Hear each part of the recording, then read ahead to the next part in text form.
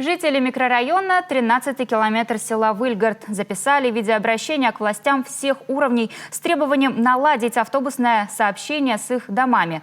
По утрам людям приходится идти пешком по обочине оживленной трассы, чтобы добраться до магазина или работы. Наша съемочная группа отправилась к 13-му километру и выяснила, что отсутствие автобусов далеко не единственная проблема местных. Евгений Стокас о загородной несправедливости. У Марии Шипановой, жительницы 13-го километра, 2 дня рождения. Один весенний, 16 апреля, другой уже новый, когда она чудом не попала под колеса авто, 19 октября. Год назад Марию Пантелеевну чуть не сбили на этом перекрестке, который ведет от Выльгардского микрорайона 13-й километр к автобусной остановке. Когда подошла к пешеходному переходу, машина, смотрю, одна притормозила, остановилась. Посмотрела в другую сторону, машины нету. Я начала дорогу переходить, но, увы, там откуда-то появилась с бешеной скоростью машина, и я чуть не стала жертвой этой машины. Юридически 13-й километр – это часть села Выльгард Сыктывдинского района, но если оглядеться вокруг, вы не увидите никаких опознавательных знаков. Ближайший дорожный знак Выльгард, перечеркнутый и синий, в 3 километрах отсюда, недалеко от местечка Печи-Пашня. Поэтому в сторону трассы Вятка и через 13-й километр водители летят чуть ли не на реактивной тяге. По правилам, они уже проехали населенный пункт. Очень часто приходится рисковать. Не пропускает. Самое большое количество было. 18 машин не пропустили. Стоим, ждем, когда пропустят. Не только видео я одна хожу. Ходят и с детьми, ходят с колясками.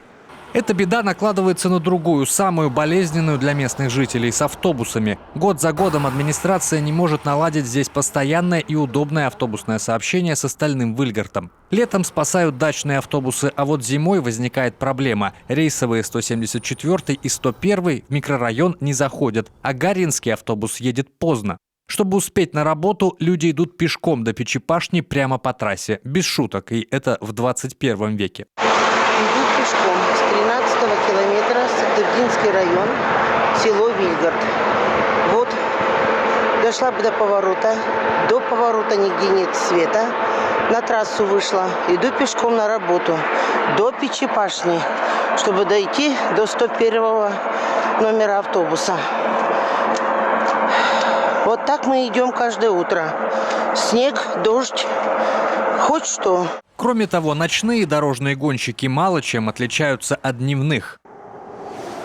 Грязь, холод и темень – это только полбеды. Для жителей 13-го, которые идут в Выльгард пешком, одно из самых страшных испытаний – это вот этот мост через реку Важелью. Если, идя по обочине, можно находиться хотя бы на каком-то отдалении от дороги, то здесь приходится идти прямо по ней.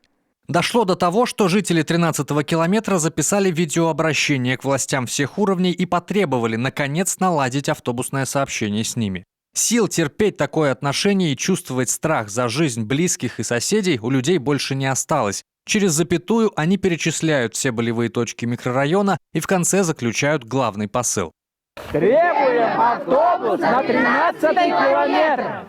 Местные не раз встречались с администрацией района, общественниками и депутатами, но ВОС и ныне там. Чтобы продлить 174 или 101 автобусный маршрут так, чтобы они хотя бы раз в час заезжали в 13-й, по нормативам необходимо обустроить автобусные остановки. Сейчас люди готовы даже собственные участки под эти цели использовать. Если вот будет такой вопрос, автобусная остановка, я даже могу отказаться.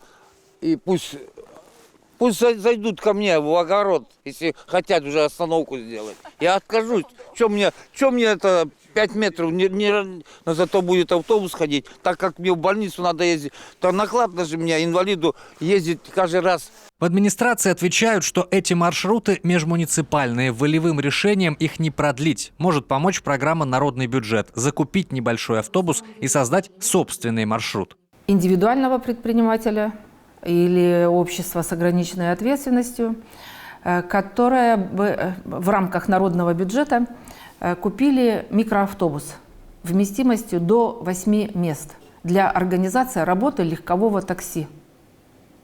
Это не обозначает, что по ценам такси. И индивидуальный предприниматель получил бы финансовую помощь, которая составляет 70% из бюджета Республики Коми. 10% из местного бюджета муниципального района. Остается найти предпринимателя, который будет готов вложить оставшиеся 20% собственных средств. На этот год сроки подачи заявок на народный бюджет уже вышли, но район выйдет на администрацию главы Коми, чтобы попробовать участвовать уже в 2022 году. Что касается Гарьинского автобуса, Сыктывдин ждет заявления от жителей 13-го километра, в какое время им было бы удобно уезжать. Пожелания ждут и от жителей Пажги и самой Гарьи. Затем расписание изменят в течение месяца. Второй крик души – новые дорожные таблички, которые, наконец, покажут водителям, что и здесь должен быть скоростной лимит. Если мы в Ильгард, то при въезде на 13-й километр здесь внутри должен быть белый знак, потому что иначе здесь тоже 90. То есть конкретно здесь нет ни знака ограничения скорости на въезде, ни знака, что это населенный пункт. То есть, въезжая с федеральной трассы, ты продолжаешь оставаться на трассе. Здесь можешь ехать 90, не нарушая правил. Администрация района обнадеживает, эта проблема скоро исчезнет. Вопрос нескольких месяцев, как заверила Любовь Доронина. А вот проблема освещения как трассы, так и микрорайона многослойная. Сколько раз писали обращения по поводу освещения. Причем не надо ничего, каких-то технических там разбирательств. Все есть, столбы стоят, проводка вся идет. То есть просто прийти и подсоедините фонари. Все, ничего больше не надо. У меня весь проезд почти весь темнота. Свет внутри поселка должна обеспечивать администрация именно Выльгарта. С них и спрос. По освещению трассы же понимание появилось. Вот такое письмо пришло в ответ на запрос села на установку освещения от управдора Прикамья. Они обслуживают трассу. Устройство стационарного наружного освещения возможно только в рамках работ по капитальному ремонту. ФКУ «Упрдор Прикамье» направлено обращение в Федеральное дорожное агентство о включении в программу проектных и изыскательных работ по капитальному ремонту действующей сети автомобильных дорог общего пользования федерального значения Р-176 «Вятка».